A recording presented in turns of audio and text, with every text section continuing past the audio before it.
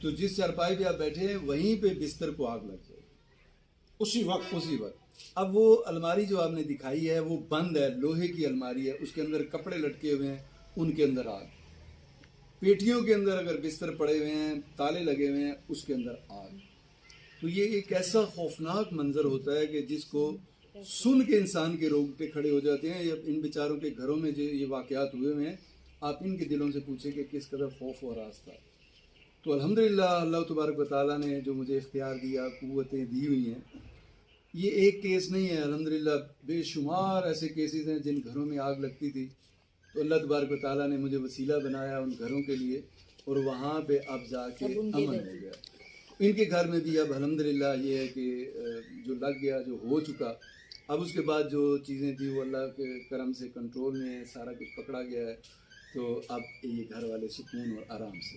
اما جی آپ کے گھر اب تو دوبارہ آگ تو نہیں لگی؟ نہیں جب سے پیر صاحب آئے اس کے بعد تو نہیں آگ لگی؟ اب آپ سکون سے ہیں نا؟ الحمدللہ. تو یہ بتائیے گا کہ مشاہدے میں یہ آیا ہے کہ جیسے میں نے ابتدائیے میں اپنے ناظرین کو بتایا کہ مشاہدے میں تھا کہ انسانوں پر یا چاہے اس کی جنس کوئی بھی ہو اس پر یہ اٹیک ہے، سامان پر اٹیک ہے. ہاں یہ اچھا، میں آپ کو ایک بات بتاؤں، یہ کیس ٹو کیس ویری کرتا ہے. کئی جگہ پہ جنات عملیات جادو ٹونے کے ذریعے سے بھیجے جاتے ہیں، اور کئی مقامات پہ ان کے اگر کوئی نقصان ہوا ہے یا وہ کسی بات سے چڑ گئے ہیں تو پھر وہ یہ عمل کر جاتے ہیں. لیکن الحمدللہ اللہ تبارک و تعالیٰ کے فضل و کرم سے یہ چیک بیلی کا ایک علاقہ ہے، کبھی ہم آپ کو وہاں پہ بھی لے کے جائیں گے. وہاں یہ معاملات بہت زیادہ ہیں. بچوں نے کپڑے پہنے ہوئے ہیں، ایسے بیٹھے ہوئے ہیں تو کپڑوں سے آگ لگ جاتی ہے، چلتے پھرتے بیٹھے ہوئے. تو ان بیچاروں کے سٹور ہیں یا گھر میں کوئی چیزیں ہیں، قیمتی چیزیں ہیں، وہاں پہ وہ بیچارے باہر ہیں یا کہیں بھی ہیں، اندر آگ لگی ہوئی ہے. تو الحمدللہ اللہ تبارک و تعالیٰ نے مجھے ان تمام لوگوں کے لیے وسیلہ بنایا. میرا کام اتنا ہی ہوتا ہے کہ میں وہاں پہ جاتا ہوں، اللہ کا کلام پڑھتا ہوں، جو اللہ نے مجھے اپنی مخلوق دی ہوئی ہے اس کو کام میں لا کے میں لوگوں کے لیے سہولتیں پیدا کرتا ہوں اللہ کی رضا کے لیے. ماشاءاللہ. تو یہ بتائیے گا کہ ایسی صورتحال میں جس طرح کہ میں نے جو بچی جس بیروٹ میں جو تھے اس پہ بھی میں نے یہ پوچھا تھا، اس کا تو میں نے سامعین کو جو وعدہ کیا تھا آج پورا کر دیا. تو ایسی صورتحال میں جس کسی کے گھر لگے وہ ابتدائی طور پر کیا کرے؟ یہ خناس چیزیں ہیں، عام انسان کے بس کی چیزیں ہیں. بے شمار علماء کرام جو ہر وقت نمازیں پڑھتے ہیں، پڑھاتے ہیں، قرآن پڑھتے ہیں، قرآن کی تلاوت کرتے ہیں، بچوں کو پڑھاتے ہیں، ان کے گھروں میں بھی یہ ہو جاتا ہے. تو اس کے لیے اللہ تبارک تعالیٰ نے پھر اپنے خاص بندوں کو چنا ہوتا ہے جن کو وہ اختیار دیتا ہے، قوتیں دیتا ہے. وہ جب وہاں پہ پہنچتے ہیں تو پھر وہاں پہ امن ہو جاتا ہے. ادروائز وہ آگ بڑھتی ہی جاتی ہے، روزانہ کی بنیاد پہ لگتی ہے، روزانہ کی بنیاد پہ لگتی ہے. تو ان لوگوں کا بیچاروں کا کچھ بھی نہیں بچتا. میں کئی ایسے گھروں میں گیا ہوں کہ جہاں ان بیچاروں کے سونے کے لیے بھی کچھ نہیں بچا، پہننے والے کپڑے بھی جل گئے. وہ بیچارے ایسے ایک کپڑے جو انہوں نے پہنے ہوئے تھے وہی بچے. تو الحمدللہ اللہ نے مجھے وسیلہ بنایا، اور ایسے تمام لوگوں کو اللہ تبارک و تعالیٰ نے میرے ذریعے سے امن دیا، شفا دی. آمین ثم آمین. لیکن یہ بتائیں کہ ہمیں جو کچھ دیکھنے کو ملا ہے یہاں پہ حیران کن ہے کہ سامان کا آتش زدگی میں ہونا، آتش زدہ ہونا میرے لیے بڑی حیران کن بات ہے.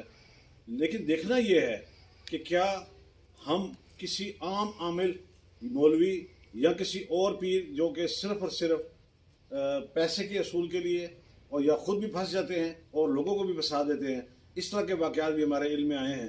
تو یہ بتائیں گے کہ ایسا کسی کو دسترس ہو تو اس کام میں ہاتھ ڈالیں، یا ٹیکنیکلی کیا مسئلہ ہے یہ؟ اگر جس کے پاس نظر نہیں، سب سے پہلی بات یہ ہے کہ اس کے پاس اپنی نظر ہونی چاہیے کہ وہ دیکھ سکے کہ کیا معاملات ہیں.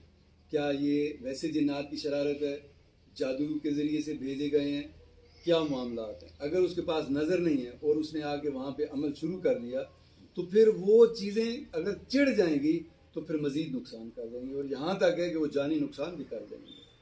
اچھا، اس واقعے میں کوئی جانی نقصان بھی ہوا ہے؟ جانی نقصان بھی ہونے کے چانسز زیادہ ہیں، کیونکہ وہ پھر چھوڑتی نہیں ہیں چیزیں، جکڑتی ہیں، بچیاں ہوں، بچے ہوں، مرد ہوں، عورتیں ہوں، وہ جکڑتے ہیں. تو اس میں چانسز ہوتے ہیں کہ انسان کی جان بھی اس میں چلی جائے، وہ اتنا زیادہ شدت کے ساتھ اٹیک کرتے ہیں. اگر کسی ایسے بندے نے آ کے وہاں پہ پنگا لے لیا جس کے پاس نظر نہیں ہے، اس کا میں ایک چیز آپ کو بتا دوں، اگر نظر نہیں ہوگی تو اسے یہ پتہ نہیں ہوگا کہ اس کی انٹینسٹی کتنی ہے، مطلب اس کی طاقت کتنی ہے. اگر اس طاقت سے کم وہ لگائے گا تو وہ بھی ان شریر چیزوں کی قوت بن جائے گی. لہٰذا یہ ضروری ہے کہ جو بندہ آئے اس کے پاس نظر ہو، اسے یہ پتا ہو کہ آگے عمل کتنی طاقت کا ہے، اس کو توڑنے کے لیے اسے کیا کرنا ہے. اگر وہ نہیں جانتا تو پھر وہ خود بھی جکڑا جائے گا. جن گھر میں وہ گیا ہے ان کے لیے تو مزید عذاب بنائے گا ہی، لیکن اس کے اپنے گھر میں بھی یہی عذاب بن جائے گا.